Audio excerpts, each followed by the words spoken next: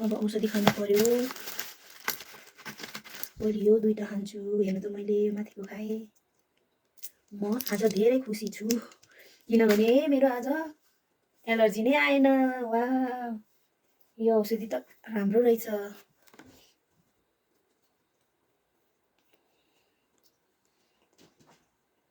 Allergy आज नआएको उपलक्ष्यमा आज मेरो खुसीले खुट्टा भुइँमा छैन। आज मेरो खुट्टा तातो पानीमा डुबिएको छ, सफा हुन गइरहेको छ। आज मलाई धेरै जागर चलिरहेको छ। म धेरै धेरै खुसी छु र म धेरै धेरै धन्यवाद दिन चाहन्छु।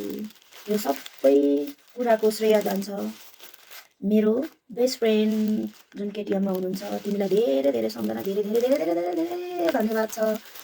अनि तिमीले गरेर चाहिँ मैले यस्तो राम्रो औषधि पाएँ। अनि उहाँ डक्टरलाई, उहाँ मेडिकलको त्यो सरलाई पनि होइन, उहाँ मेडिकलको सरलाई पनि धेरै धेरै मुरी धन्यवाद। जति धन्यवाद दिँदा पनि शब्दले पुग्दैन किनभने मलाई यो एलर्जीले यति सताएको थिएन। के गर्नु, टेन्सन उस्तै, निन्द्रा नलागेको त्यस्तै औषधिले गरेर मिले गर्दा मेरो यो सन्चो होला जस्तो छ एलर्जी। तिमीलाई धेरै धेरै धेरै मुरी धन्यवाद।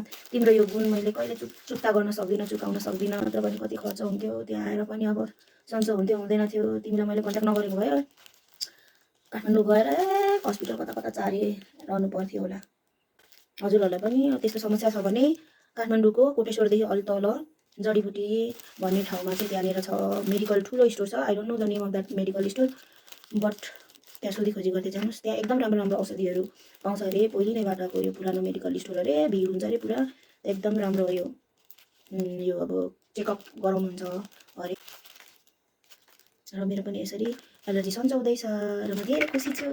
जिन्दगी के गर्नु, यो एलर्जी हुने मान्छेहरूको जिन्दगी खतम हुँदो रहेछ साथीभाइ हो।